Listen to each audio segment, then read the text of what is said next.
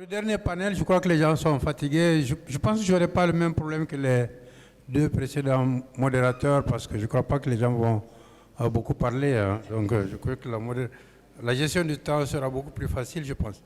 Alors, prendre les armes, donc lorsque la rue est barrée, lorsque la route est impraticable, qu'est-ce qui reste? C'est prendre les armes.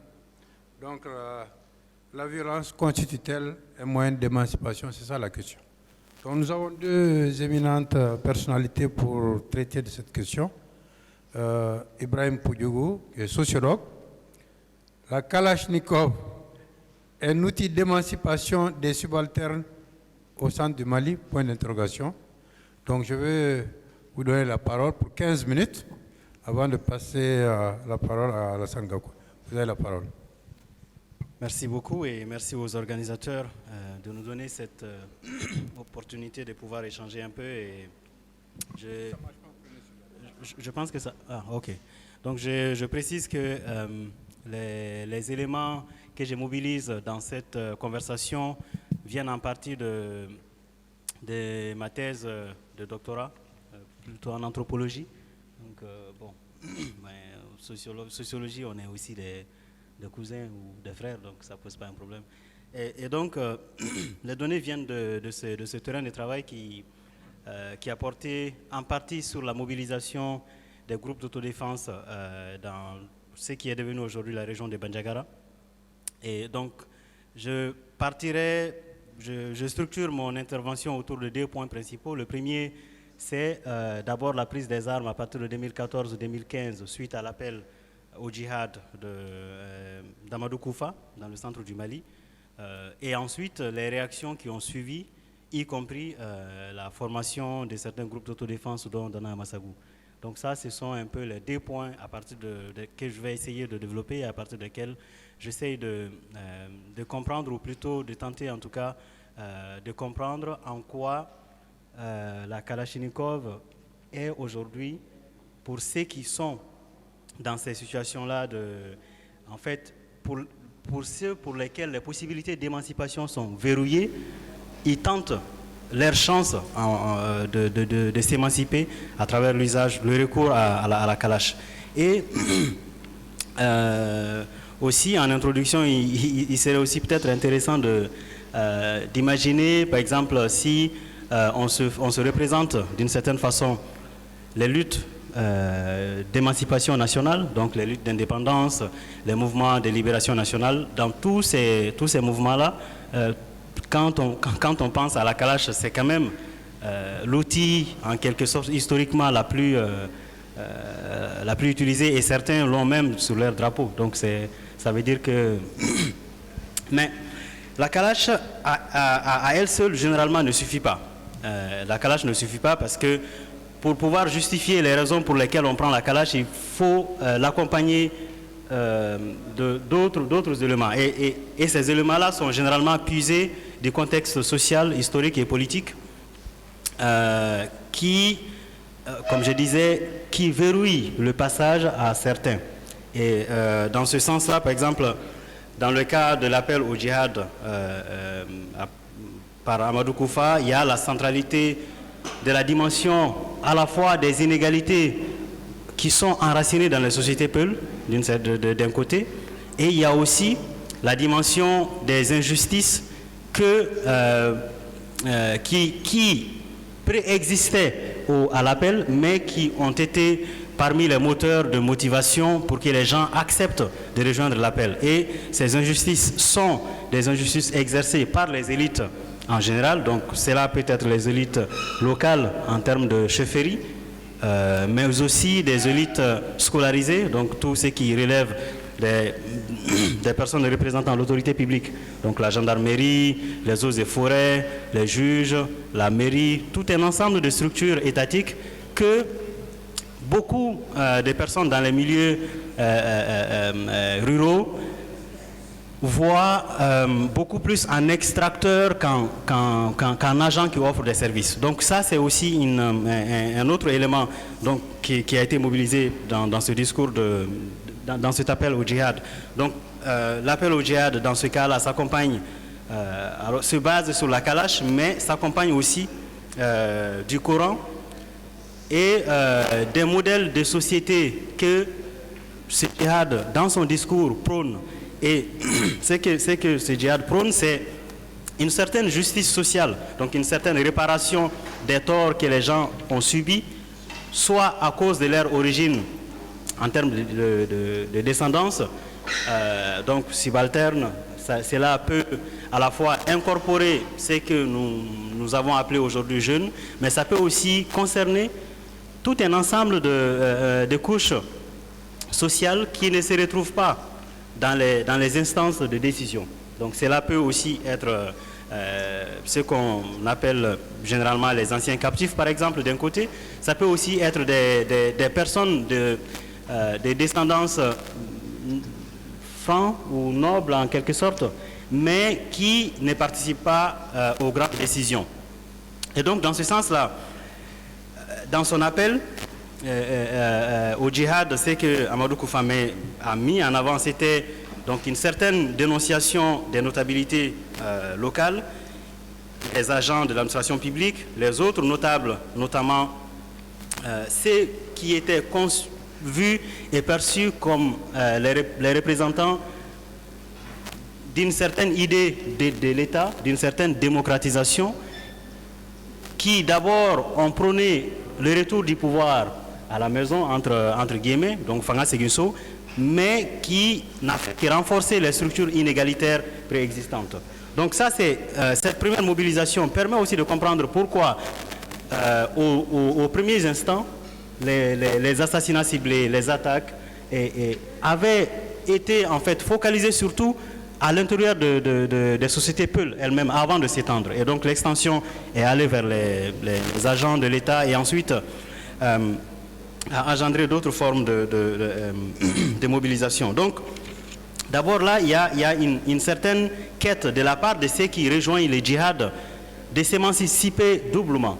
Donc de s'émanciper des structures inégalitaires de leur propre société d'un côté, mais aussi de s'émanciper de ce qu'ils considèrent comme injuste de la part des agents de l'État qui, dans certaines situations, en complicité avec les notables locaux, ont quand même créé des conditions de ce qu'on peut considérer aujourd'hui comme une insurrection ou une révolte des subalternes dans le centre du Mali. Donc, le projet de transformation sociale et politique que propose cet appel au djihad est un projet radical dans le sens que, d'un côté, le projet classe des gens qui sont perçus comme des mécréants, donc tous ceux qui sont pensés comme les représentants de la démocratie, les représentants de l'État, sont incorporés dans un discours de mécréanisation en quelque sorte, parce qu'ils sont classés comme les représentants du monde occidental qui est l'ennemi principal, ou plutôt la cible la plus lointaine, dont les représentants seraient les représentants locaux de l'administration publique. Donc là, c'est un premier point. Maintenant, quand je dis que la Kalash ne suffit pas, c'est aussi parce que cette mobilisation, donc d'un point de vue matériel, par exemple, il y a toute une situation dans laquelle ceux qui ont rejoint, dont la majorité était par exemple des bergers, se sont vus pour au moins plus de 20 ans parfois, souvent plus de 30 ans, rackettés, sanctionnés, emprisonnés, et parfois dans les mêmes structures. Donc, bon, ça peut-être c'est un peu plus long d'expliquer, par exemple, l'organisation de l'accès aux ressources dans le delta intérieur, qui est quand même structurée et qui a parfois une histoire de des siècles, voire plus. Et cette structuration, elle est inégalitaire par essence. Ces inégalités-là sont parfois constitutives des sociétés. Il ne s'agit pas de dire que cette société est inégalitaire, donc les autres sont meilleurs, mais c'est plutôt que, en fait, les formes varient d'un milieu à l'autre. Et dans une telle situation, l'émancipation est donc passée par la lutte armée, qui a rendu possible la combinaison d'un ensemble de facteurs, donc d'un ensemble de facteurs dont j'ai cité certains, et qui ont poussé à ce que les révoltés trouvent d'abord dans l'instrument, donc dans la Kalachnikov, un moyen de négocier leur propre position dans leur société. Ça, c'est un premier point. Et ensuite, de se positionner par rapport aussi à l'État, donc à devenir des acteurs, entre guillemets, crédibles, puisque capables de violence. Et donc, là, il y a aussi toute une réflexion à faire autour de la fragmentation, en quelque sorte, du monopole de la violence, qui n'est pas seulement détenu par un seul acteur, mais qui est désormais, dont les détenteurs sont désormais multiples. Donc, dans de telles configurations, il y a aussi d'autres acteurs, ou plutôt d'autres groupes sociaux, qui se sont retrouvés dans une certaine fragilité, en quelque sorte. Fragilité dans le sens que l'affiliation ethnique d'un côté, la violence qui l'accompagne de l'autre, ont créé des conditions qui font que lorsqu'un village Bozo, Bamana ou Dogon est attaqué par des combattants, par exemple de la Kadiba Massina, pour le paysan, ce n'est pas le djihad qui l'attaque, c'est plutôt peut-être un combattant qu'il reconnaît qui vient d'un village voisin ou qui vient d'un autre village, et donc pour lui la menace vient de ce village et non pas d'une idéologie ou parfois d'une entreprise politique de la violence. Donc, parce que ça c'est aussi un autre élément qu'il faut prendre en considération, c'est que si on devait catégoriser peut-être cette décennie au Mali, c'est peut-être la décennie des mouvements. Dans le sens, que ce soit des mouvements politiques de la ville jusqu'au mouvement armé de la campagne, en tout cas, il y a une certaine idée de mouvement qui a démontré qu'elle était pertinente, qu'elle était capable de mobiliser des ressources, qu'elle pouvait pourvoyer une légitimité par la force et donc par l'exercice de la violence ou la possibilité de l'exercice de la violence. Parce que c'est aussi un autre aspect. Il ne s'agit pas toujours de violenter, mais il s'agit aussi parfois de démontrer que j'ai les moyens d'agir violemment et donc je peux m'imposer. Donc la légitimité politique et sociale désormais s'inscrit aussi par cette capacité de mobiliser la violence ou son usage.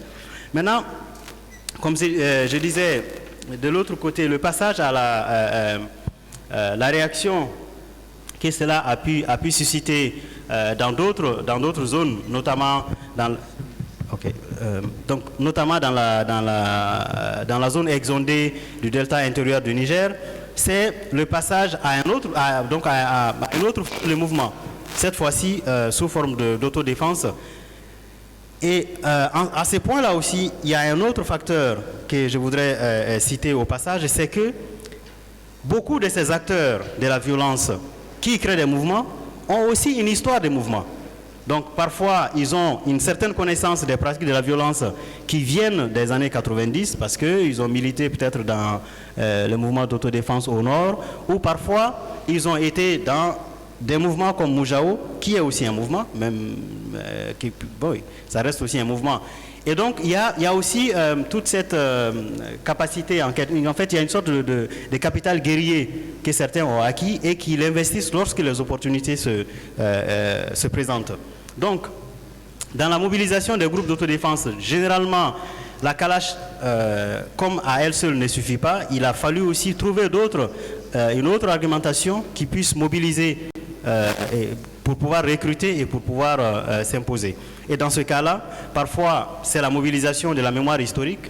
Par exemple, si on fait une analyse poussée des propos de mobilisation du côté de Dana Massagou, mais aussi dans d'autres mouvements d'autodéfense, il y a la centralité d'un appel à résister, donc à résister à une potentielle rédomination, en quelque sorte.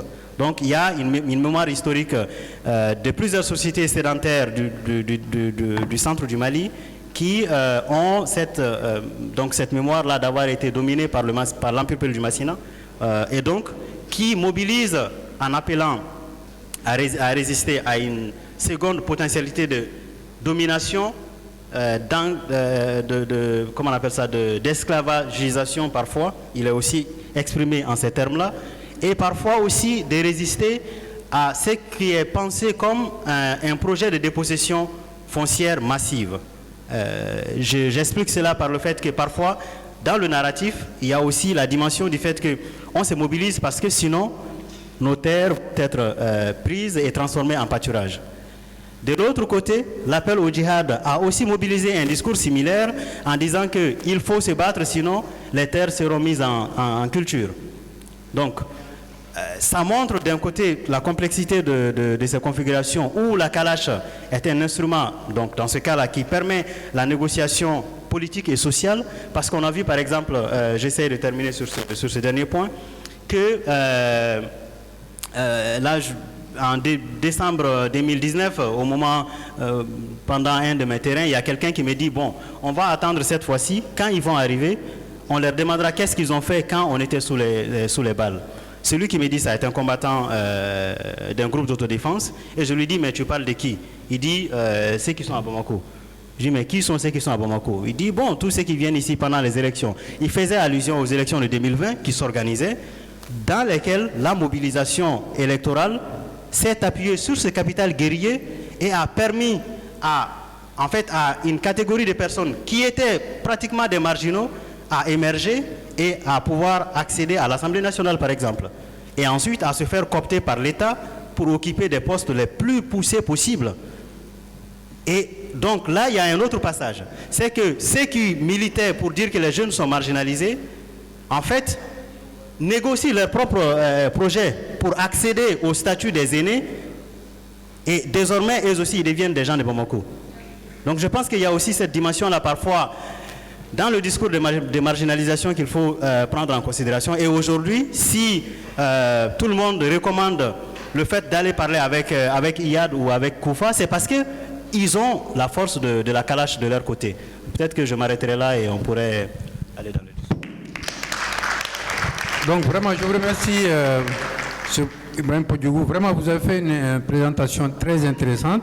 Je pense qu'il pose la question du centre.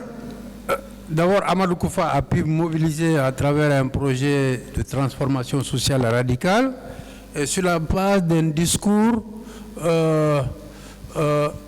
il a voulu mobiliser ce qu'on appelle, que vous avez appelé les cadres sociaux, c'est-à-dire sur la base de la domination des élites Peul sur le reste de la population Peul. Et donc là, il a utilisé, c'est l'alliance entre le Coran et le Kalachnikov, n'est-ce pas, pour pouvoir faire cette mobilisation-là. Et de l'autre côté, ça a généré aussi les mouvements d'autodéfense et, comme vous l'avez dit, notamment en milieu d'Ogon, qu'ils ont perçu ça aussi comme une résurgence de l'Empire Peul du Massina, une forme d'esclavagisation et tout ça, et d'expropriation des terres des Dogons. Et donc, entre-temps, on a oublié que les premières victimes d'Amadou Koufa, c'était l'élite Peul. Donc, l'élite Peul, mais ce qui me frappe le plus, c'est que c'était l'élite Peul, mais c'est aussi l'élite bureaucratique. C'est-à-dire les gendarmes, les préfets, les policiers, c'était ceci-là. Et ça, je crois qu'on n'en a pas tiré les leçons ici. Du tout. Aujourd'hui, c'est un discours qu'on n'entend même pas. On laisse ça dans un angle mort, alors que réellement, on ne peut pas analyser ce problème et laisser ça de côté. Les gens qui ont été mobilisés, c'est les gens, ils ont été mobilisés sur la base des exactions, des gendarmes et tout ça. Et au même moment, moi, chaque jour, quand je vais vers le Mandé, je vois les policiers, les gendarmes, qui arrêtent. Moi, je suis en véhicule, on ne m'arrête jamais. Mais ceux qui ont les mobilettes, là, on les arrête. Donc ça, je crois qu'on n'en a pas tiré les leçons. Et vraiment, je pense que ça, c'était... Et il faut aussi déconstruire ce conflit qui apparaît comme un conflit entre les Peuls et les Dogons ou les Bambara, alors que c'est plutôt un conflit qui a pris la forme ça pose le problème de la gestion des pâturages, des champs et tout ça. Donc ça, c'est un autre problème d'organisation vraiment du territoire. Donc, merci beaucoup. Donc en fait, il y a une similarité entre les deux présentations. Hein. Également, les rébellions, c'est aussi une révolte contre les élites d'une certaine façon, contre les élites touaregs, mais aussi contre le même phénomène, contre l'abus des gendarmes, des élites bureaucratiques. Ça, c'est une constante, vraiment, que nous devons avoir à l'esprit. Également, il y a une idée, c'est que prendre les armes, quand on discute avec les jeunes Touaregs, ils ont le sentiment qu'il faut toujours utiliser la force pour obtenir quelque chose. Donc, quelquefois, quand on discute avec les gens, ici, les gens disent, mais il y a le même mal développement à Caille, un peu partout. Mais les gens ne réagissent pas de la même façon aussi.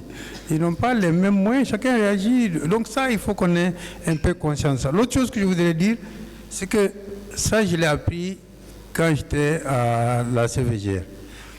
Les sécheresses, la gestion des sécheresses a laissé un traumatisme, une grande insatisfaction dans le milieu touareg. Ce qui n'existe ici, on n'a aucune idée de ça. Donc, ils ont vraiment une impression de non-assistance. Donc ça, c'est vraiment, il faut qu'on ait vraiment conscience. Ici, on n'en parle même pas, mais ça, c'est le sentiment. Moi, je leur dis souvent que le Mali n'avait pas l'expérience de la gestion des sécheresses. C'était notre première. Mais c'est quelque chose quand même qui est ancré, vraiment, les gens. Donc, les gens ont l'impression que il faut qu'ils n'ont pas d'autre moyen d'accéder à la fonction publique en dehors des rébellions. Donc, tous les 10 ans, il faut une rébellion pour pouvoir accéder. Ils disent, les autres, ici à Bamako, il faut avoir des moyens, des relations pour avoir un poste. Nous, on n'en a pas. Donc, il y a tout ça. Je crois que ça pose vraiment, Monsieur le Premier, des questions sur lesquelles vous travaillez beaucoup. Tout ça nous ramène sur des questions vraiment de gouvernance. Hein. Vraiment, c'est des questions de gouvernance. Donc, merci beaucoup. Je vous demande de les applaudir. Voilà, donc on va ouvrir, il est 16h05, on va ouvrir discussion. Oui, Monsieur le Premier ministre. Oui. Ok, je peux y aller. C'était vraiment très intéressant les deux interventions et comme vous le dites, Monsieur le ministre, elles se recoupent. Et moi, j'ai tendance à dire, depuis ce matin, les différentes interventions se recoupent. Les jeunes qui prennent la rue, les jeunes qui prennent la route, les jeunes qui prennent les armes, tout cela c'est une forme de rébellion, quoi. C'est une forme de révolte face à ce qui peut apparaître comme de profondes injustices. Il est quand même bon que nous en prenions conscience. Dans notre pays, aussi bien les élites au niveau national que local, les élites politiques, les élites administratives, les élites sociales. Le pays atteint un peu le paroxysme de ces rébellions. Et si nous voulons faire pays demain, nation demain, nous devons faire en sorte que ces injustices profondes, qu'on puisse y mettre un terme, en tout cas qu'on puisse essayer d'y mettre un terme. C'est pourquoi, pour moi, vraiment, je fais le lien entre les différentes rébellions ou les différentes révoltes de la jeunesse sous différentes formes sur notre territoire. Ça, c'est un premier élément. Le deuxième élément qui est aussi très utile, c'est que les révoltes de la jeunesse sont presque toujours récupérées et instrumentalisées.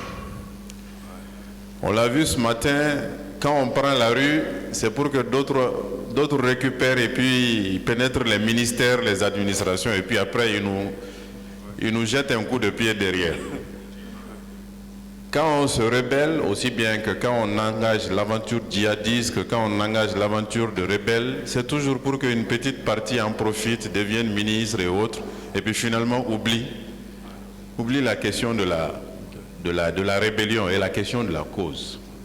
C'est aussi bon que les jeunes comprennent ça. C'est de dire, Les révoltes peuvent être légitimes, mais faisons attention à l'instrumentalisation et à la récupération. Ceux qui sont à notre tête, ceux qui s'érigent comme étant nos porte-paroles, nos dirigeants, dès qu'ils ont une petite opportunité personnelle, on ne les voit plus.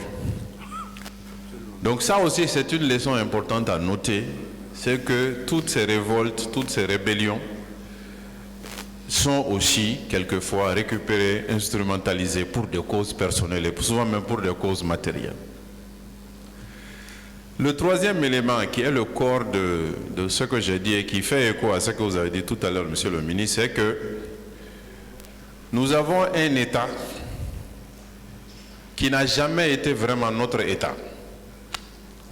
C'est quelque chose dont nous avons hérité. Et nous l'avons hérité sans le questionner. Et nous nous sommes simplement bornés à le faire fonctionner. Cet État, qui est d'inspiration coloniale, est un État profondément violent, qui s'impose par la violence. Pas par l'efficacité dans le service, mais par la violence. Et donc cet État, il nous est étranger. L'État malien est étranger pour 90% des Maliens. On ne sait pas comment il fonctionne, on ne sait pas comment il respire, on ne sait pas comment il est organisé. Et donc du coup, au mieux, on l'ignore, au pire, on le combat. Et ça, il est bon que là aussi, nous qui aspirons à exercer des responsabilités, nous qui avons la chance de comprendre, de réfléchir, les universitaires, les chercheurs, il faut que nous ayons des réflexions sérieuses sur comment faire en sorte d'avoir un État qui paraît familier au peuple qu'il est censé servir. Parce qu'il n'y a aucune autre légitimité pour un État ou une administration que le bon service donné aux usagers. Le peuple est plus important que l'État, le peuple est plus important que l'administration, la société est plus importante que l'État, la société est plus importante que l'administration. Nous, notre administration fonctionne sur elle-même, avec ses règles, ses procédures, ses hommes. Elle ignore totalement l'environnement qu'elle est censée servir. Il n'y a aucune raison d'existence d'une administration que le peuple qu'elle est censée servir.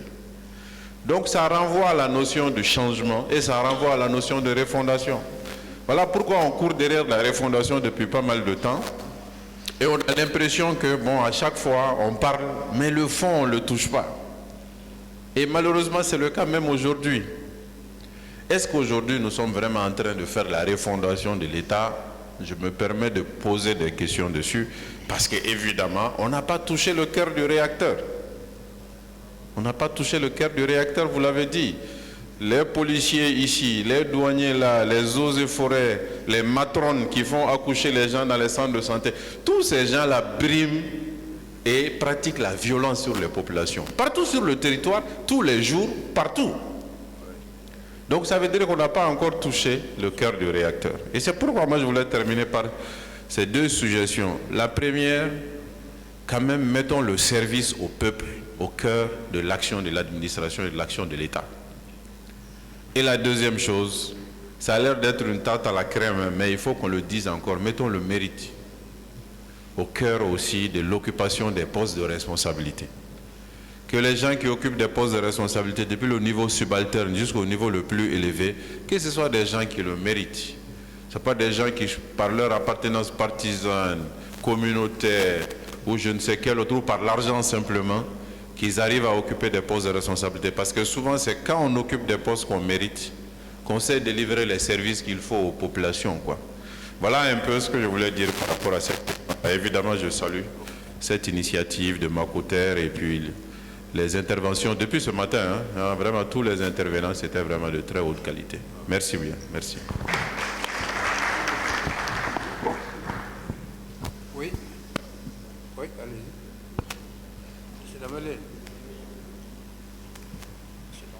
Oui, c'est bien ça.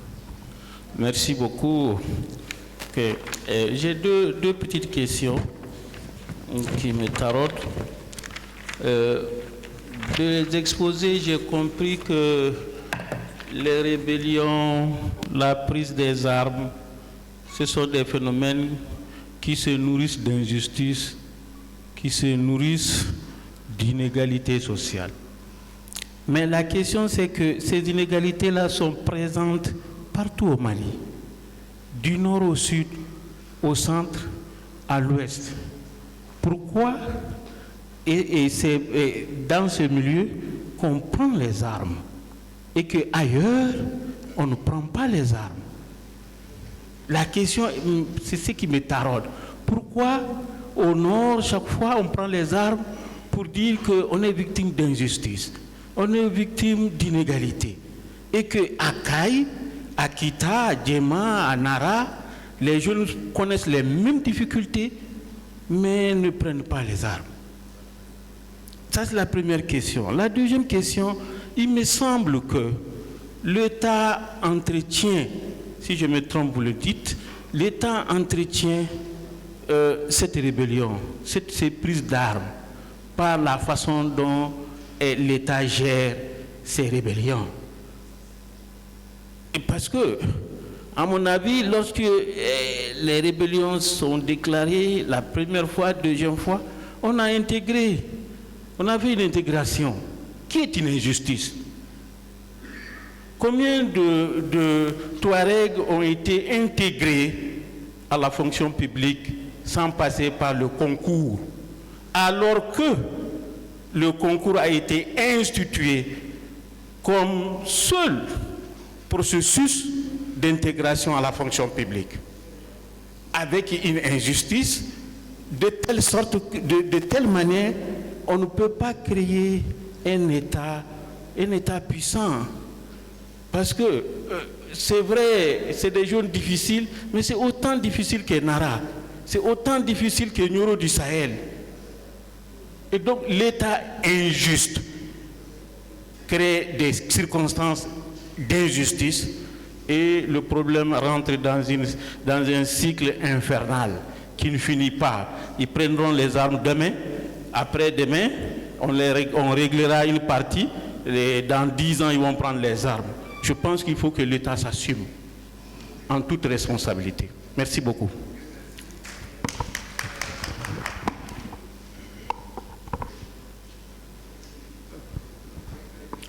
Allô, merci. Moi, c'est Dalhadou Ngoïba.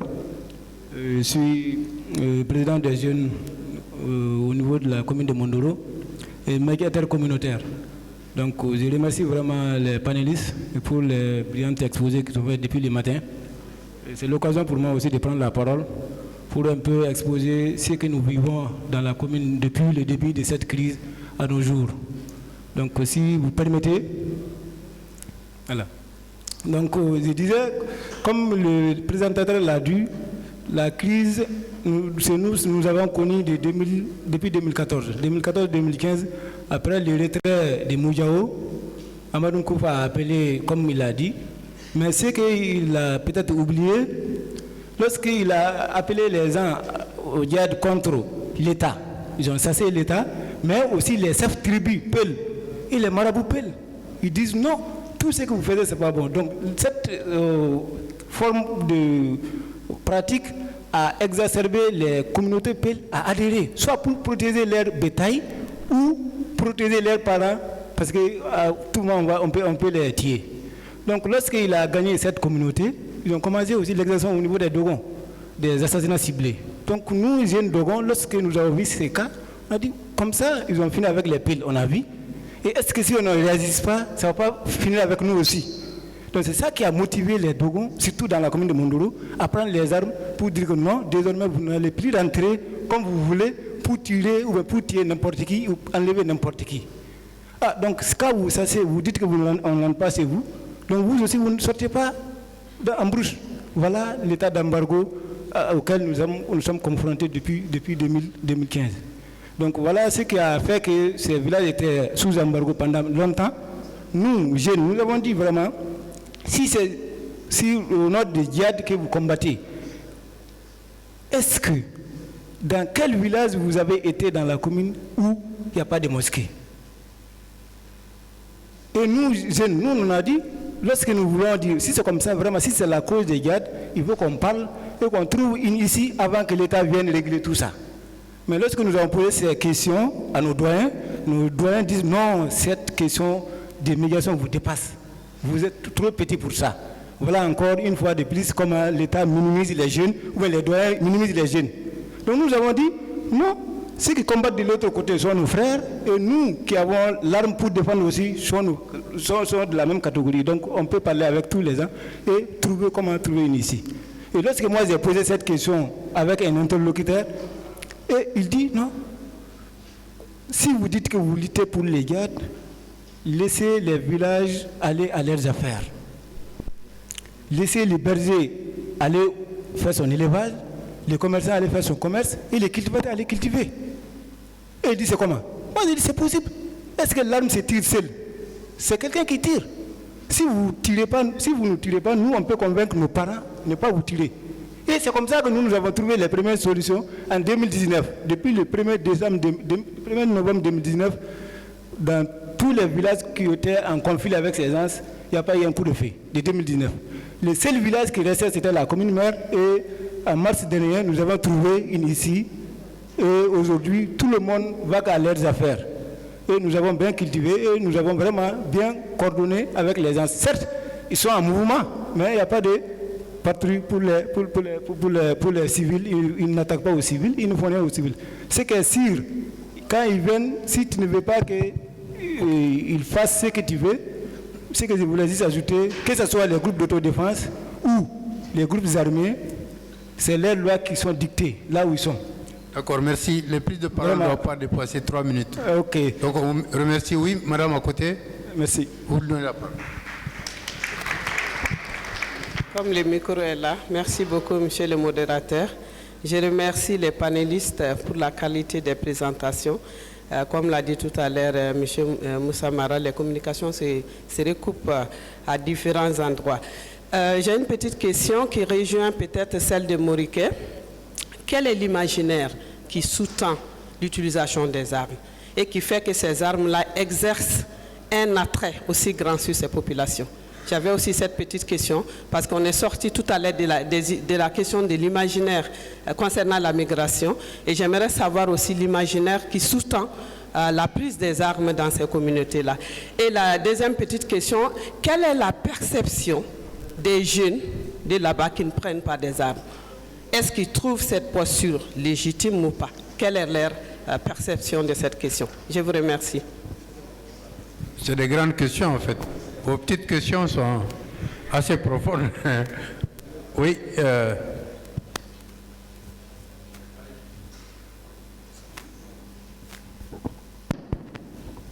Ok, merci bien. Donc, je vais juste faire un petit rajout, une remarque. Parce que, allant de certaines questions posées, moi j'étais aussi à la CVGR à Menaka et j'ai écouté beaucoup de personnes. Je fais les dépositions de beaucoup de personnes et dans ça, vous allez entendre l'imaginable en fait. Parce que sans que vous n'êtes pas en contact en fait avec ces personnes, vous n'allez pas comprendre qu'est-ce qui motive réellement ces personnes à agir. Ça, c'est la première des choses. La seconde des choses, c'est qu'aujourd'hui, il faut reconnaître que les rébellions sont cycliques. Hein, et puis, aujourd'hui, si avant on parle peut-être de rébellions Touareg, c'est que les gens oublient aussi, parallèlement à cette rébellion Touareg, il y a aussi les mouvements d'autodéfense sédentaires, qui sont aussi armés, mais qui ne sont pas étatiques comme les mouvements Touareg. Et au fur du temps que ces mouvements continuent, la mauvaise gestion de ces différentes rébellions font aujourd'hui que ceux qui d'habitude ne prennent pas les armes ont pris les armes aujourd'hui. Il y a des gens, il y a de ces communautés qui par le passé n'ont jamais pris les armes, mais aujourd'hui ils ont pris les armes parce que tout simplement, et même sont en train de comprendre en réalité, c'est faire cette idée que de vivre cette injustice que les autres ont subie par le passé et cette marginalisation que les autres ont subie par le passé. Je vais vous dire un petit exemple. Moi, je suis de la région de Menaka. Quand on me dit aujourd'hui qu'il n'y a pas d'inégalité, les mêmes trucs que j'ai vus à Menaka, c'est les mêmes que les gens vivent à Ségou, je ne suis pas d'accord parce que aujourd'hui, je voyage dans un camion avec des animaux pour aller à Menaka, pour quitter Menaka et venir à Gao. Tandis qu'à Ségou, il y a une route, tu prends le bus, tu es tranquille dans ton fauteuil jusqu'à Ségou. Tandis que moi, je voyage avec des animaux dans un camion, il n'y a pas de route. Dès que j'arrive à 25 km de Menaka, je suis perdu, personne ne pourra savoir où je suis, est-ce que je vis, est-ce que je suis mort jusqu'à 15 km dans Songo. Sur un tronçon de 215 km, aucun signe de survie parce qu'il n'y a ni village, il n'y a ni route, il n'y a ni télécommunication, rien. Une région, par exemple, aujourd'hui où vous n'avez pas de banque, c'est inimaginable. Une région où nos malades sont évacués sur le Niger. Donc, vous voyez qu'en réalité, il y a d'autres réalités que les gens ne comprennent pas. Il faut être sur le terrain pour comprendre réellement ce qui motive souvent. Ce n'est pas par plaisir que les gens, d'autres prennent les armes. J'en connais beaucoup qui n'ont pas pris les armes par le plaisir. D'autres l'ont pris pour se défendre, parce qu'à un moment, l'État n'est pas là. D'autres l'ont pris pour sauvegarder leurs richesses, parce que soit ils sont volés par des voleurs, soit c'est le même État, comme l'a dit le professeur, qui souvent aussi retire les trucs. Donc, du coup, c'est très profond. Il faut forcément une analyse profonde. Mais tant qu'on reste dans ce qu'on nous dit, ce que les médias nous disent, vous n'allez jamais comprendre le contenu du problème. Il faut forcément que les gens aillent vers le problème, que ceux qui ne sont toujours pas au courant de ce qui se passe, par exemple, je sais qu'aujourd'hui, il y a des gens qui sont là, mais qui ne savent pas en réalité ce qui se passe. Il faut aller à la source pour comprendre en réalité qu'est-ce qui motive souvent. Ce n'est pas par plaisir, personne n'a envie de mourir. Nous avons tous envie d'avoir une belle vie et puis vivre tranquillement.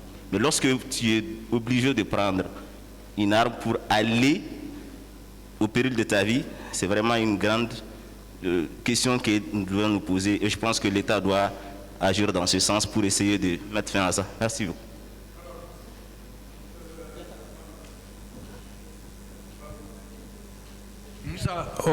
On va donner la parole on a l'honneur d'avoir un de nos collègues du Burkina. On va donner la parole, après la parole sera à toi.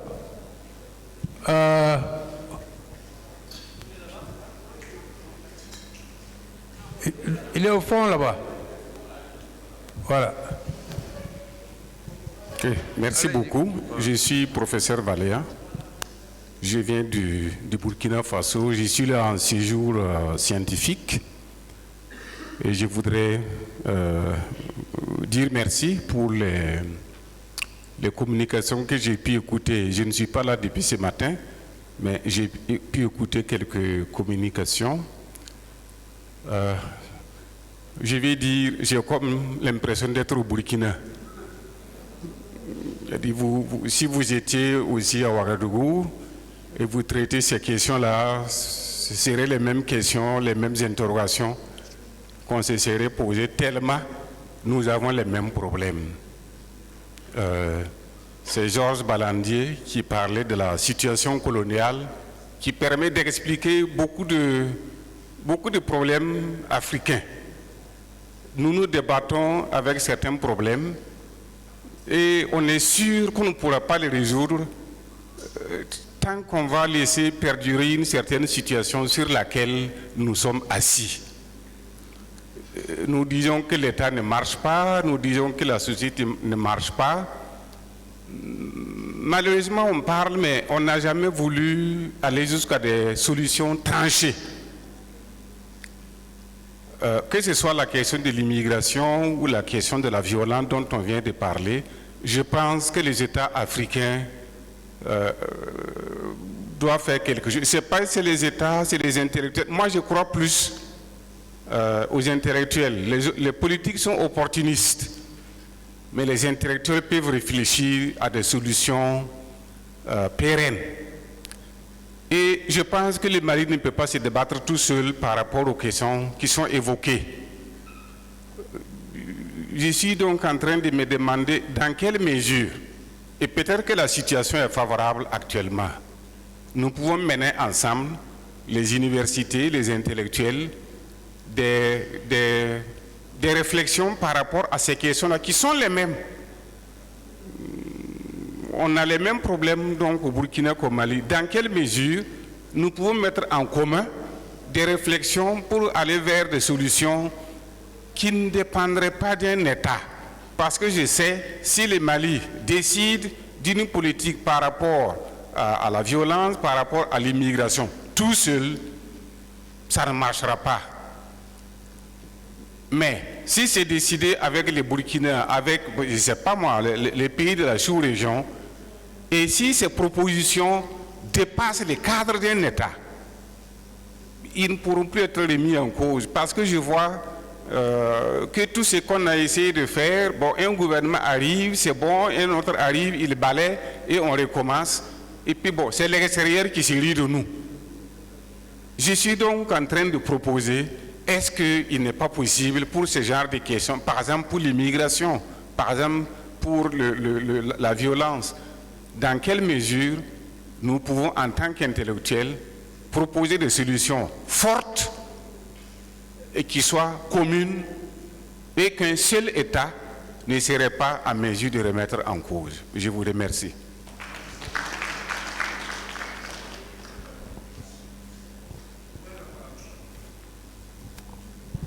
Hein? Ça, oui. Il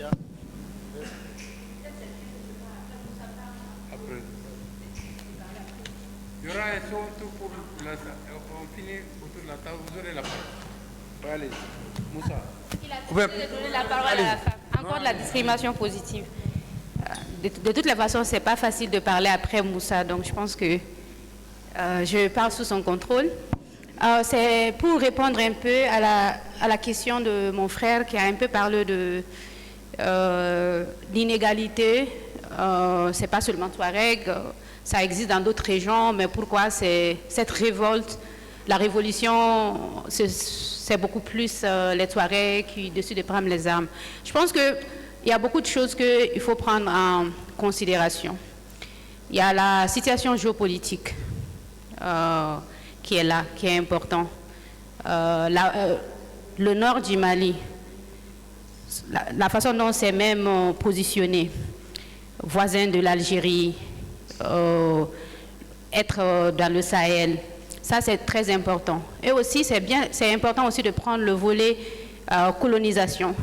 Je pense que depuis l'indépendance, depuis que le Mali a eu l'indépendance, le pouvoir a été centralisé. Et c'est fait exprès. C'était une stratégie de division.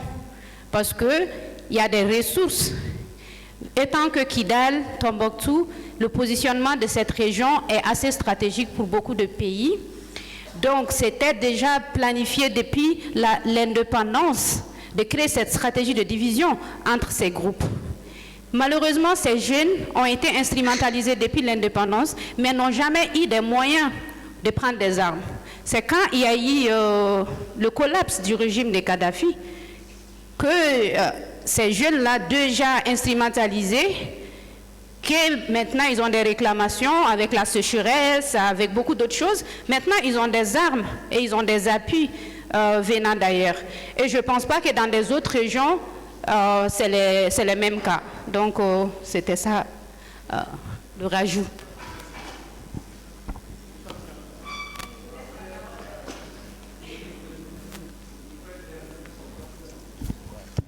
Merci beaucoup. Je vais essayer d'aller plus vite. D'abord, pour répondre à notre frère du Burkina, je pense que ce qu'il a dit, c'est totalement vrai. Et aujourd'hui, dans le cadre de la gestion même de la crise sécuritaire, aujourd'hui, nous ne pouvons plus faire l'économie d'associer nos réflexions et toutes les solutions que nous allons apporter, et au Mali, et au Niger, et au Burkina, et même, je dirais, au-delà de d'autres pays. Parce que tout simplement, nous faisons face aux mêmes problèmes, aux mêmes menaces, et la solution, elle est globale aussi. Moi, je suis un peu aussi militaire, en plus d'être politique. Je sais que, par exemple, dans le cadre de la lutte contre l'État islamique, dans la zone dite des 3 frontières, tu ne peux pas combattre un ennemi sous prétexte que tu vas le combattre en Songo et à Menaka, alors que ce même ennemi, au fait, il ne tient même pas compte des frontières. Il peut être à Gorom Gorom au Burkina, et le lendemain à Tilaberi au Niger, et le surlendemain à Gao et en Songo. Donc, d'où la nécessité aujourd'hui à ce qu'on conjugue nos efforts. Et je pense que de nouvelles autorités, en tout cas avec la mise en place de l'Alliance des États du Sahel, ont très bien réfléchi, même si certains gens ne comprennent pas très bien, mais nous qui sommes sur le terrain, on comprend l'utilité de cette alliance-là à tous les niveaux. Donc c'est extrêmement important. L'autre aspect, c'est par rapport à ce qui se passe dans cette zone du nord du Mali, notamment la question Touareg et tout ça. Je pense que ce qui se passe dans cette zone-là, Certains gens pensent que la violence armée dans ces zones-là, où la lutte militaire, elle est nouvelle. Au fait, il faut connaître l'histoire de ces sociétés nomades pour se rendre compte au fait qu'elles ont toujours été des sociétés guerrières qui ont mené des luttes guerrières avant même les indépendances de nos États. Ça, c'est extrêmement important à comprendre. Et elles se sont toujours, d'une manière ou d'une autre, livrées aussi des guerres. L'autre jour, je suivais un reportage sur l'ORTM, ne serait-ce que par rapport à la ville emblématique de Tombouctou, les différents royaumes, les différents empires, les différents acteurs qui se sont succédés. Et tout ça, ça ne s'est pas fait par le dialogue et la diplomatie, hein. Ça s'est fait par les armes et par la violence. Et donc, la violence, elle n'est pas nouvelle. Souvent, quand ici au Mali, on parle, on a l'impression que la violence, elle a commencé en 63, en 90 ou en 2012. La violence, elle est dans cet espace depuis très longtemps, bien avant même l'arrivée du colonisateur français. Nous, les Touaregs, nous sommes d'origine berbère, et l'histoire des berbères en Afrique du Nord et jusqu'en Europe, elle est connue de tout le monde. C'est une société qui a toujours été en guerre. Et les Peuls aussi, qui sont nos frères nomades aussi, pareil aussi, et d'autres aussi au sud du Mali, tout comme nos frères Bambara et tout ça. Donc la violence dans nos sociétés, elle n'est pas nouvelle. Elle n'est pas nouvelle. Mais l'autre aspect aussi, c'est que la plupart de ces jeunes aujourd'hui qui sont tentés par l'expression armée. Moi, ce qui m'inquiète aujourd'hui, c'est que l'expression armée, elle n'est plus au nord seulement. Elle n'est plus même au centre seulement. Aujourd'hui, elle est au sud du Mali. Je ne sais pas si on se rend compte de ça ou pas. Ce n'est plus une question de Touaregs qui sont perdus dans les déserts maliens. Ce n'est pas les Peuls et les Dogons dont on parle beaucoup au centre du pays. Mais aujourd'hui, elle est installée même au sud du pays et ça va continuer. Et ça, c'est extrêmement inquiétant. Et ce n'est pas ces communautés-là qui vont mettre fin à ça. C'est une véritable politique de nos États pour freiner cette violence et cette expression à travers les armes. Et on ne peut pas les faire du jour au lendemain. C'est quelque chose d'extrêmement profond et ce n'est pas en stigmatisant X et Y qu'on va régler ça aussi. Et puis l'autre chose, c'est les injustices dont le professeur a parlé tout à l'heure. Il y a des injustices qui se sont passées dans ces pays-là. Il faut avoir l'honnêteté intellectuelle et le courage aussi d'assumer ces injustices-là. Parce que c'est en les reconnaissant, en les assumant, qu'on va apaiser les cœurs de ceux qui ont été victimes de ces injustices-là. Et Dieu seul sait qu'il y en a eu. Il y en a eu dans cette ville dont on parle tout le temps, à Kidal. Il y en a eu à Tombouctou, il y en a eu à Menaka, il y en a eu à Gao, il y en a eu au centre du pays, il y en a eu même aussi d'ici. Parce que souvent, quand je discute avec des historiens qui me parlent du royaume Bambara, de Ségou et tout ce qui s'est passé là, les injustices, elles ont toujours été là dans notre pays. Ce n'est pas en mettant de la pommade dessus qu'on va régler les choses. C'est en les regardant, en les interrogeant et en essayant de trouver des solutions qu'on va pouvoir avancer.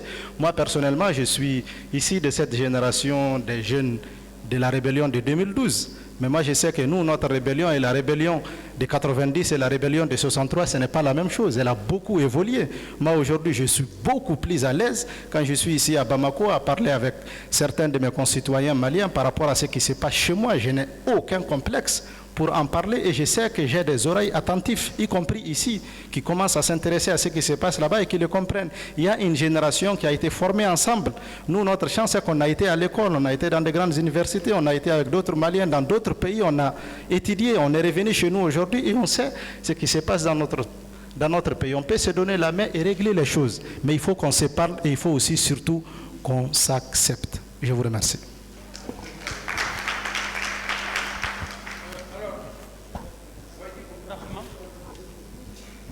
Merci bien pour la parole. C'est vrai que les deux exposés sont complémentaires. Si je reprends l'exposé de Poudjougou sur la question de la mobilisation de la mémoire historique du djihad par Youssouf Toloba et tous les autres, moi ce qui m'a frappé, c'est aussi la résistance de certains villages, notamment de Koro et autres, à s'engager dans Dana Mbassagou au début, qui étaient proches et qui n'ont pas signé à l'époque des pactes de paix avec la Katiba Massina, mais qui ont dit clairement, nous n'avons pas de problème avec les Peuls. Certains villages de Koro au début. Et même quand les pactes de paix, on a commencé à les signer, enfin bon, pas signer, mais en tout cas, on a commencé à avoir des pactes entre des villages entiers et la Katiba Massina, ça a commencé dans la zone de Koro, où aussi la violence avait commencé. Puis c'était Bankas, puis tous les villages de la zone de Badjangara qui sont accessibles, à part la zone de la falaise où Toloba et autres se sont retranchés. Donc, c'est vrai que quand on voit les groupes d'autodéfense, notamment dans Nambassagou, c'est dans une logique de protection de soi, de ses proches, de ses biens, etc. Donc, lutter contre une éventuelle hégémonie historique des Peuls qui voudraient s'accaparer de notre... Donc ça, c'est le discours qui mobilise. Mais ce qu'on peut, reprocher à l'État, comme de logique de raquette, de ponction, mais la même milice aussi, quand on voit comment on oblige certains villages à payer leur somme de participation à l'effort de guerre, parce que tous les villages sont obligés de payer ça. Si vous ne payez pas, vous êtes attaqué par la milice. Ça aussi. Donc ça, c'est des dimensions aussi qu'il faut évoquer pour dire oui, c'est vrai que les leaders tiennent certains discours pour mobiliser les gens, mais ce discours, il ne prend pas tout le monde. Et donc, on veut lutter contre quelque chose, contre des injustices, mais les groupes qui prétendent lutter contre ça, eux-mêmes pratiquent l'injustice, y compris la Katiba Massina. Quand je prends le cas de la Katiba Massina, il n'y a que Djondjori qui était sous embargo de juin 2023 au 19 novembre 2023, donc 6 mois d'embargo, on n'en a pas parlé parce que bon, les médias n'en parlent plus, a été libéré donc seulement il y a quelques jours, il y a 4 jours.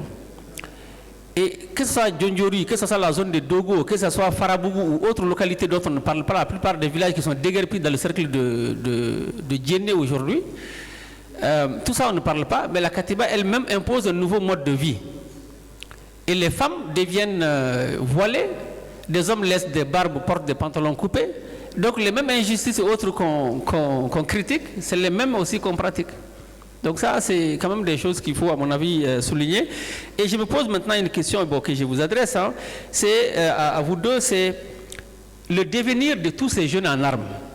Quand je dis ces jeunes en armes, c'est à la fois les jeunes des groupes d'autodéfense, dont certains vont après demander à être intégrés dans l'armée, patata, bon, comme on voit avec, mais aussi le devenir des jeunes qui sont dans la rébellion, qui ont pris qui ont appris le métier des armes.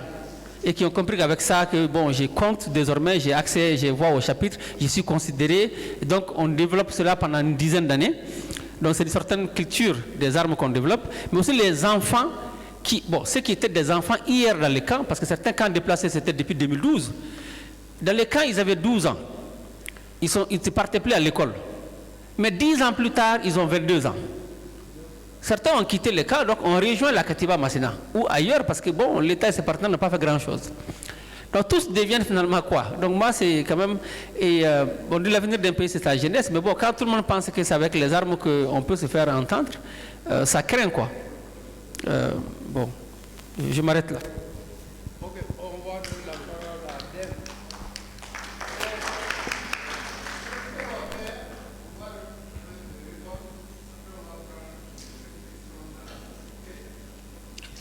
Merci beaucoup, professeur.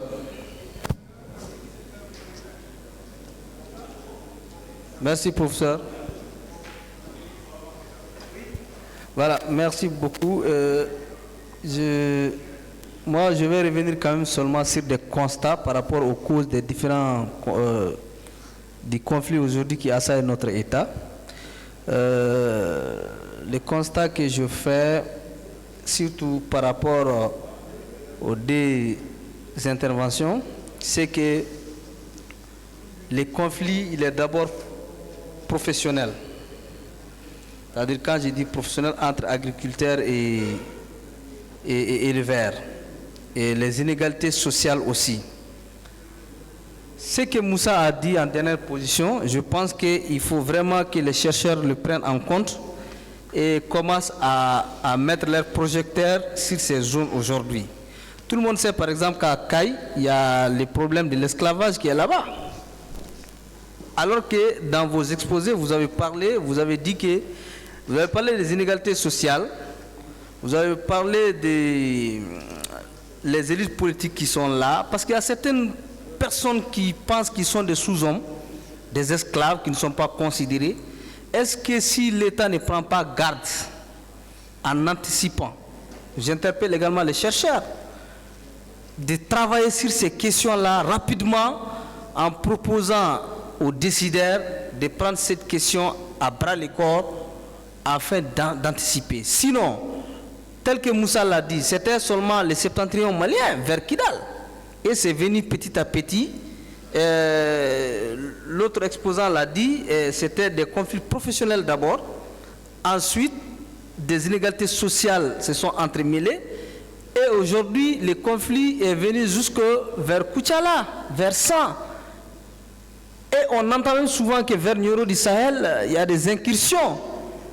Moi, je propose que les universitaires, surtout c'est l'occasion ici, je propose que ces universitaires-là, surtout les encadreurs, proposent des thèmes en ce sens-là, développent, n'est-ce pas, des présentations pour alerter rapidement l'État afin de prendre des mesures endogènes, n'est-ce pas, pour contrecarrer ces phénomènes-là. Sinon, vraiment, on va perdre notre État. On est déjà en train de sauver ce qui est là-bas, si ça s'embrasse de l'autre côté, parce que nous, à Caille, en réalité, on n'a jamais compté sur l'État. On ne compte que sur nous-mêmes. Ma commune en est une parfaite illustration. Tout ce que nous avons obtenu, pratiquement 90%, c'est par nous, c'est par notre effort. Le marché, les CES, comme je peux en citer autant. Aujourd'hui, on a un barrage qu'on a construit il n'y a même pas 3 ans, plus de 100 millions. Donc, il faut que l'État anticipe pour ne pas que tout le pays s'embrase. C'est ce que je voudrais proposer aux chercheurs. Je vous remercie. Alors, donc, si on a fait toute la table, donc je vais passer la parole aux deux communicateurs pour que, s'il y a des éléments de réponse, qu'ils... Oui, merci beaucoup pour toutes ces interventions et questions. Je vais plutôt essayer de me focaliser sur quelques questions et en remerciant ceux qui ont fait les contributions en termes de commentaires et aussi de suggestions.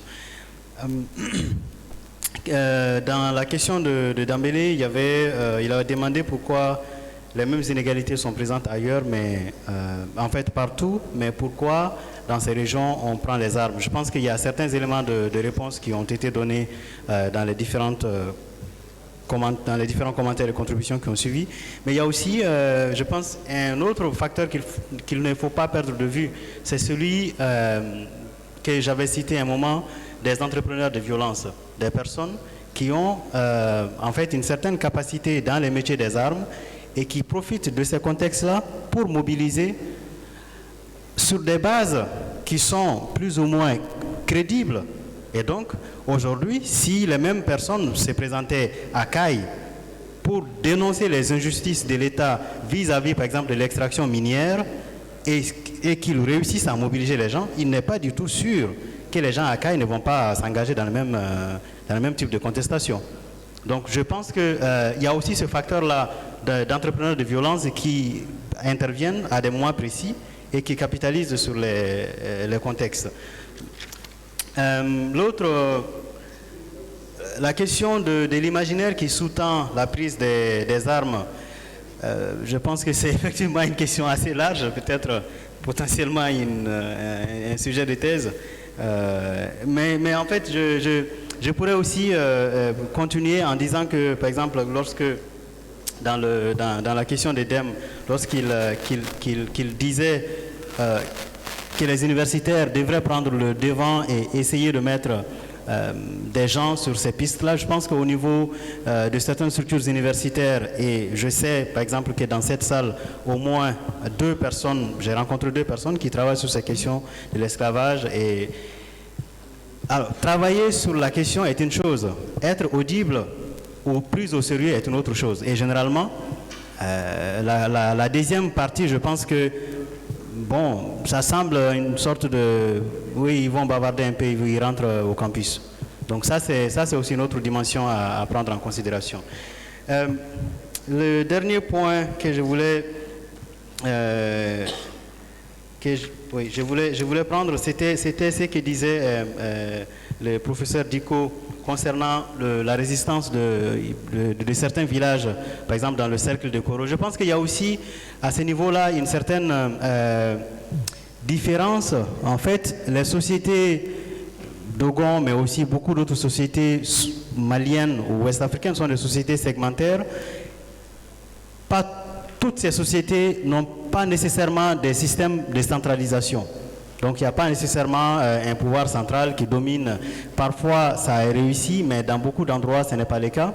Et il y a une certaine représentation externe des communautés qu'on présente comme homogènes. Donc par exemple on va parler des Peuls, on va parler des Dogons, on va parler des Soraï, on va parler des Touaregs, comme si tous les Dogons sont pareils, tous les Touaregs sont pareils, tous les Peuls sont pareils. Alors que les différences à l'intérieur de ces sociétés sont parfois beaucoup plus larges que la différence qui pourrait exister entre les Peuls et les Soninké, par exemple. Et donc ça, c'est aussi une dimension à prendre en considération au fait que dans le cercle de Koro, par exemple, il y a des localités qui ne se reconnaissent pas dans une lutte armée organisée autour d'un chef militaire. Des sociétés, donc des groupes ou des villages pour qui, s'il y a lieu de faire la guerre, il y a des structures endogènes qui historiquement ont pris en charge les questions guerrières, qui ne sont pas des chasseurs par exemple. Donc ça c'est aussi des facteurs qui pourraient potentiellement aider à comprendre le fait que certains ont rejoint rapidement et d'autres sont restés un peu à la marge de la mobilisation armée. Bon, je pense que je m'arrêterai là. D'accord. Okay. Merci beaucoup, pour Diou. Oui. En 10 minutes, quelques autres. Oui. Donne-lui la parole. Ok. D'accord. Boré. Merci. Bien, bonsoir tout le monde. Eh bien, moi, je crois que je vais ramasser pratiquement la journée. En fait, je crois que nous sommes interpellés par l'histoire en réalité. En commençant par la rue de ce matin, la migration, la violence aujourd'hui. Alors, ce problème, il faudra le prendre sous un angle holistique. Nous sommes aujourd'hui en phase de repenser la construction de l'État-nation. Il nous faut un nouveau paradigme. Nous en avons été déviés différemment. D'abord, à la sortie même de la colonisation, Modibo avait vu ces différents pièges. C'est pourquoi il a pensé alors à la formation fédérale. Ces frontières qui ont été dessinées ne l'ont pas été gratuitement. Ces frontières n'ont pas été dessinées pour les pays qui sont aujourd'hui dans ces frontières. Ces frontières répondaient à d'autres intérêts, des intérêts coloniaux. Et vous n'êtes pas sans savoir que l'indépendance qu'on nous a donnée, c'est parce que contraint on nous a donné. Les États-Unis l'ont imposé, l'URSS l'a imposé, ça a été traduit par les dispositions des Nations Unies. Donc les pays coloniaux qui étaient sortis très ruinés de la Deuxième Guerre mondiale misaient sur leurs colonies. Ils ont été contraints de libérer ces colonies. Alors ils les ont fait physiquement. Et maintenant ils ont tracé les canevas pour que nous restions à jamais sous leur giron par, n'est-ce pas, la voie dite alors néocolonialiste. Et aujourd'hui, par nos comportements, nous répondons carrément à leur volonté, là où ils veulent aller. De Gaulle l'a dit dans ses mémoires de 70. Ils n'ont jamais voulu nous libérer. Ce qu'ils ont fait, en fait, ils se sont repositionnés tout simplement. Ils ont allégé leurs dépenses et ils ont mieux capitalisé en nous donnant l'indépendance et en nous gardant autrement. Donc, déjà, la fédération n'a pas eu lieu. Pourquoi? Nous le savons aujourd'hui. Alors, 68 a amené notre cassure, 91 une cassure, 2012 une cassure et 2020 une cassure. Il faudra que nous acceptions, nous les Africains, de façon générale, les Maliens en particulier, nous n'avons pas l'introspective. Tant que nous n'aurons pas cette introspective, nous ne nous en sortirons pas. Acceptons aujourd'hui de nous regarder dans les miroirs pour corriger alors les fléaux de 60, de 68, de 91, de 2012 et de 2020. C'est seulement avec ça que nous en sortirons. Isolement pris les problèmes, alors ça va nous amener toujours alors au Douroudouni Kassankats. D'abord on règle le carburateur, après on va dire c'est le vice-platiné, après le vice-platiné, finalement il va aller à quoi? Il faut trouver peut-être un an pour le pousser. Il nous faut aujourd'hui repenser réellement alors la construction de l'État-nation qui nous est imposée, nous n'avons pas d'autre alternative. Ces frontières nous sont imposées. Et des dispositions également, ce qui est rigolo dans ça, tant qu'il s'agit des Africains, ces frontières sont intangibles. Lorsqu'il s'agit de l'intérêt de d'autres, on peut dénoncer ces frontières. Le Soudan du Sud en est aujourd'hui l'illustration et le Mali a failli en être illustration. Donc, comme on n'a pas ce choix, on n'a pas d'autre alternative, alors retrouvons-nous, repensons la construction de l'État-nation. C'est cela qui va nous amener à nous en sortir. Tout ce que nous prendrons isolement ne vont être, n'est-ce pas, que des problèmes de parcours. Et il faudra que nous misions sur la vraie société civile. Je ne parle pas de la société civile actuelle au Mali, non. Il faudra que nous allons à la construction d'une société civile qui va nous amener à prendre conscience de nous. Ce pari a été reçu à un moment donné, à un degré divers. C'est quoi? C'est au Ghana. Un pays peut difficilement tomber comme le Ghana. Excellence, vous êtes au courant. Nous, notre génération, savons que tellement le Ghana est tombé, à Bamako ici, on ne parlait pas, selon l'expression, prostituée et garce, on n'en parlait pas à Bamako. On disait Ghanéen. Les Argonnes disaient que le seul produit l'exportation du Ghana était la prostitution. Mais alors, c'était à la faveur d'une autre époque, un monsieur est venu et il a dit, dans les institutions, on dit qu'on ne va pas du communisme pour rattraper le président, il a besoin de répondre. Pour répondre au Ghana, pas de communisme, il a besoin de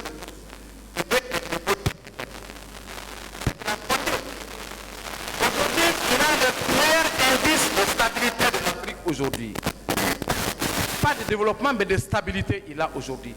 Le Ghana n'a pas besoin de son président. Il va dire que ce qu'il défend, ça l'appartient. C'est son Ghana que lui défend. Les citoyens ghanéens à tous les niveaux. Il faudra que nous allions à ça. Nous allons aller penser la construction de l'État-nation. Merci, mesdames et messieurs.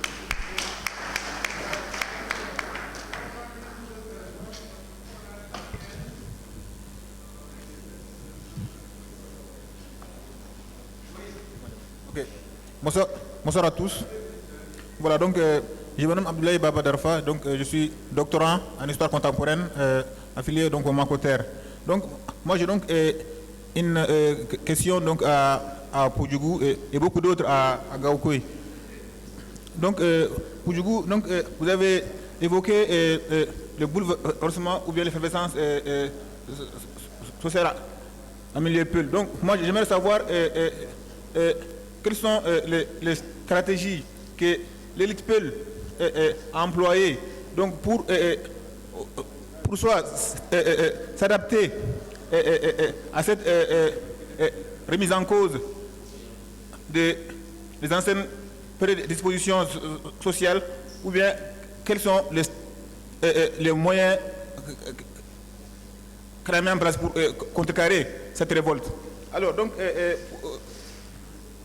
il venait à Gaoukoui. Donc, mon frère Acharatouman a un peu développé la question Touareg. Donc, je pense que la communauté Touareg est très très hétéroclite. Elle n'a jamais été homogène d'ailleurs, parce que moi, j'appartiens en partie à cette communauté. Donc, pour vous dire que au Mali,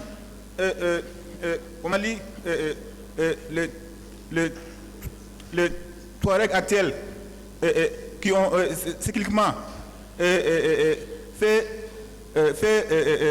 des rébellions contre l'État n'ont pas de base historique pour le faire, car avant c'était les Ulimiden Amenaka et le Tendjerejef à Tombouctou qui avaient exercé une hégémonie politique. Alors, ni les Iforas, ni les autres qui revendiquent un État donc étaient liés à ces Illuminés et à ces Tendjerejef. Donc c'est là qui avait instauré l'hégémonie sur le Nord avant la colonisation. Donc, il faut interroger l'histoire. Ils n'ont jamais revendiqué quoi que ce soit. Ils n'ont jamais revendiqué un territoire. Ils sont toujours restés dans le cadre républicain. Ah, c'est clair. Alors, donc, pour dire qu'au nord, il n'y a pas de différence entre un Soreil et un Touareg. Mais soyons clairs, ceux qui ont fait la rébellion n'ont revendiqué que les intérêts qui sont les leurs. Exemple, en 92, ceux qui avaient fait la rébellion ont au moins 70 à 80% hérité de l'intégration dans l'armée et aussi de la fonction publique. Et cela continue aujourd'hui au nord. Est-ce qu'aujourd'hui, disons la vérité, les Noirs au nord, qu'ils soient Soreil ou Bella ou Peul, ont ressenti, pensent que l'État favorise aujourd'hui les Arabes et Touaregs au détriment d'eux, car eux, ils prennent les armes pour revendiquer. Alors que tous les enfants sont partis à l'école. Voilà. Et cette injustice-là ne doit pas être les moyens de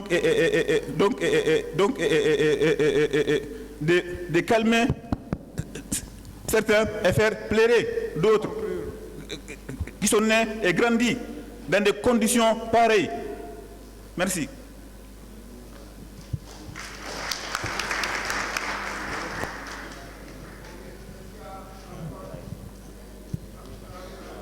Oui, merci, Monsieur le ministre, pour la parole. Je voulais poser au présentateur la question ethnique et religieuse, qui est une question beaucoup plus sensible. Et quelle est la composante de cet abstrait? On dit ethnie, oui, moi je suis Peul, moi je suis Dogon, je suis Bambara. En quoi cette question a contribué à exacerber? Parce que comme il l'a dit dans un passage, c'est qu'en 2018, moi quand j'ai quitté Bandiagara, je causais avec des jeunes dont le papa est Peul, la maman est Dogon ou vice-versa. Ils ne se reconnaissaient pas dans ces combats que Dana Massakou projetait en 2018 à Bandiagara. J'avais fait l'enquête en 2018. Il n'y en avait pas du tout. Il y avait un seul représentant de Dana qui était à Bandiagara et les jeunes ne se reconnaissaient pas dans un conflit ethnique. Et d'un coup, quelques mois après, ça s'est embrasé et puis ça c'est l'idée qu'il ne peut pas y avoir un conflit à Bandiagara parce que c'est une ville métissée, a disparu et a laissé la place à vraiment à des tendances ethniques. Et comment est-ce que dans vos analyses, vous avez fait cas de cette fibre ethnique? On a écouté certains médias internationaux, ils disent oui, un village Peul a été attaqué, un village Dogon a été attaqué, un village Bambara a été attaqué. En quoi les concepts ont contribué à exacerber, voire à tuer beaucoup de Maliens dans cette crise? Merci. Je reprends avec ce dernier point en fait en disant que aussi sur mon terrain et en particulier dans le cas par exemple de groupes d'autodéfense dans la région de Bandiagara, donc en disant région de Bandiagara j'inclus Koro et Bankas avec.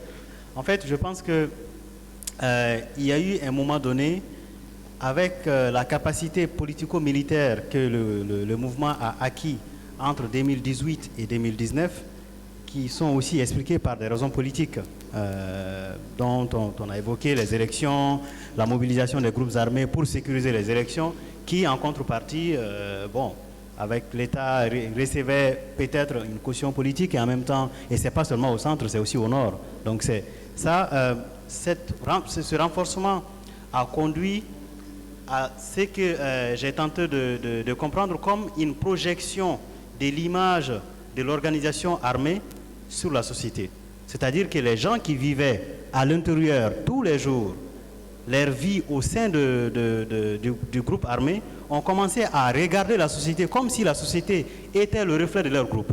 Donc ce n'est pas eux issus de la société, mais plutôt la société. Donc ce qui fait que désormais, parfois dans certains discours, la définition de l'ethnicité était en lien avec le soutien que quelqu'un apportait au groupe. Donc, si tu n'appuyais pas le groupe, ça veut dire que tu n'es peut-être pas tout à fait Dogon, ou plutôt tu as mélangé, ou en tout cas, il y avait cette dimension-là. Donc, ça, c'est un facteur important parce que finalement, ça a commencé par se dégonfler au moment où les ressources économiques qui soutenaient cette capacité d'une certaine autonomie du groupe ont commencé à s'effriter. Donc l'effritement a conduit à ce que les combattants reviennent au village. Et c'est ce qui fait qu'aujourd'hui, par exemple, l'organisation est moins structurée que 2018 et 2019. Et là, il n'y a pas, en fait, la dimension ethnique, elle ne vient pas des gens du village qui regardent leur environnement immédiat comme hostile, donc en voyant les voisins comme hostiles, mais plutôt c'est une projection qui vient du groupe qui regarde la société de cette façon, puisque le même groupe empêche aussi toute possibilité de dialogue à l'intérieur des villages, finalement a fini par imposer cette forme de lecture qui permettait aux médias aussi de faire les unes de l'autre côté. Donc, à mon avis, il y a aussi ces points-là. Maintenant, l'autre sur la question des stratégies que les élites Peul ont employées pour contrer, je pense qu'elles sont diverses. Dans certaines zones, face à l'adversité, face à la force en fait, que les groupes, donc notamment la Katiba, mettaient en place, certaines élites ont compris que là où on accepte d'entrer dans le jeu, où on perd tout. Et donc, imaginez par exemple une famille notabilière qui contrôle un espace de 100 hectares par exemple, ou 200 hectares, ou un propriétaire qui a des milliers de têtes.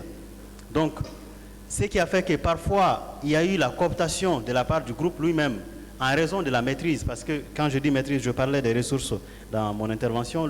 En fait, la façon de gérer les ressources sont de vraies maîtrises, dont l'État n'a pas, qu'il soit l'État colonial ou l'État post-indépendance, n'a pas réussi, et donc reconnaît à ces acteurs-là une certaine capacité de gérer, par exemple, les pâturages, de gérer la redistribution des droits à la fois aux pêcheurs, aux agriculteurs et aux éleveurs, et donc parfois, cette compétence que les familles nobiliaires ou aristocratiques avaient acquis courant l'histoire a été reconnue en quelque sorte. Et donc, la Katiba a récupéré d'un côté et de l'autre côté pour sauver leurs propres les privilèges, mais aussi un certain nombre de richesses. Ils ont trouvé des stratégies de cohabitation qu'on peut aussi qualifier d'autres façons. Peut-être que je m'arrêterai là. Ok, merci beaucoup. Bon, vraiment, je pense que juste peut-être quelques points que moi j'ai notés. Hein. Je crois qu'il y a... Ce qui est revenu quand même, c'est d'avoir une attention par rapport aux injustices, vraiment de toutes sortes, diverses, que ce soit au nord, au centre et même dans le reste du pays. Hein. Et le comportement des agents de l'État, que ce soit les forces de gendarmerie, de police, la justice, tout ça, c'est vraiment important parce que c'est quand même à la base un peu, c'est un des catalyseurs quand même de ces révoltes-là, que ce soit au centre ou bien au nord. Bon, je crois qu'il y a, Samara l'a dit, il y a un besoin de réappropriation de l'État, c'est-à-dire l'État colonial dont on a hérité, je crois qui ne fait pas sens, qui n'est pas intelligible au niveau des citoyens. Donc je crois que là aussi il y a un travail à faire par rapport à ça. Il y a notre frère du Burkina qui a proposé que les questions se posent dans les mêmes termes, les questions sécuritaires, les questions d'immigration dans notre espace, et que nos chercheurs peuvent se mettre ensemble, n'est-ce pas, au niveau du Burkina, du Mali, du Niger, pour essayer de faire des analyses et de proposer vraiment des solutions aux autorités. Il y a une question qui est revenue aussi, c'est la culture de la violence qui se développe dans notre espace. Donc ça, je crois que notamment les chercheurs, c'est un sujet, je crois que dont les chercheurs doivent s'approprier pour essayer de comprendre ce phénomène et de voir quelles solutions on peut proposer. Il y a une question qui est revenue sur le sort des enfants dans les camps de déplacés. Donc, l'État doit avoir vraiment un bon regard sur le sort de ces enfants, qu'ils soient scolarisés, qu'ils soient socialisés. Sinon, après, certains retournent, basculent dans la violence, que ce soit en ville ou bien même ils retournent au niveau des Katibas. Enfin, il y a le problème de l'esclavage aussi qui a été posé. Donc, c'est un problème dont on parle beaucoup dans la région de Caille aujourd'hui. Donc, ça aussi, ça mérite quand même peut-être une attention, peut-être des chercheurs, mais aussi un peu de l'État. Voilà les quelques points que moi j'ai notés. Donc, en vous remerciant, je vous demande vraiment d'applaudir encore nos panélistes. Donc, merci beaucoup. Je vous rends le micro.